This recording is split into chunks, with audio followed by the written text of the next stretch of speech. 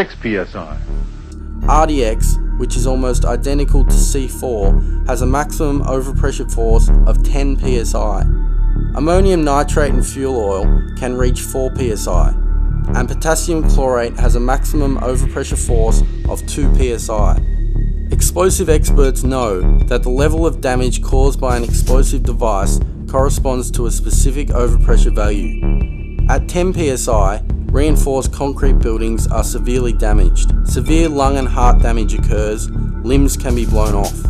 At 4 psi, most buildings collapse except for concrete reinforced buildings. Injuries are universal, fatalities occur. And at 2 psi, the maximum overpressure of potassium chlorate, residential structures collapse, brick walls are destroyed, serious injuries are common, fatalities may occur. Many victims tens of meters from ground zero, with the van's chassis and the Sari Club between them, had their bodies torn apart. This would require an overpressure force of well over 10 psi. Several victims died instantly, having their bones completely crushed by the force of the blast. This would require an overpressure force of well over 20 psi. As for the stripped concrete, 15 meters from the remaining crater, this requires an overpressure force of well over 100 psi. Only a high-tech explosive device is capable of stripping concrete.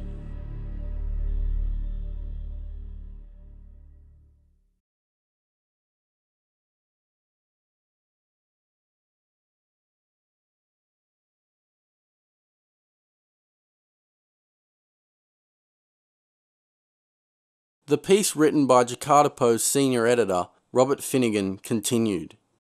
If indeed the Mitsubishi L300 van was used in the large blast, the 5 foot deep by 20 foot wide crater indicates that it would have been completely vaporized, including the engine block, which they apparently found intact, along with the victims who instantly vanished. Is it possible that if the van survived the large blast, it was because it was parked at the edge of the primary blast zone, packed with small amounts of all the explosives, in order to throw off independent investigators? During Finnegan's investigations, he was summoned to the American Embassy in Jakarta. US Ambassador Ralph Boyce ordered Jakarta Post senior editor Robert Finnegan cease his investigations at once. When Finnegan refused, the ambassador told him he would have him ejected from Indonesia within 24 hours. He was ordered to surrender his notes and footage to embassy personnel and was sent back to the USA. Robert Finnegan posted this statement from his website. I was the lead investigator and senior editor for the Jakarta Post on the Bali bombings. Shortly after my analysis was printed, I was sacked at the order of US Ambassador Ralph Boyce. The ambassador refused to answer my question, yes or no, as to US involvement.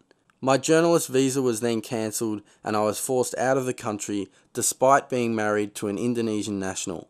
Inquiries are welcome. Robert S. Finnegan, Managing Editor, Southeast Asian News.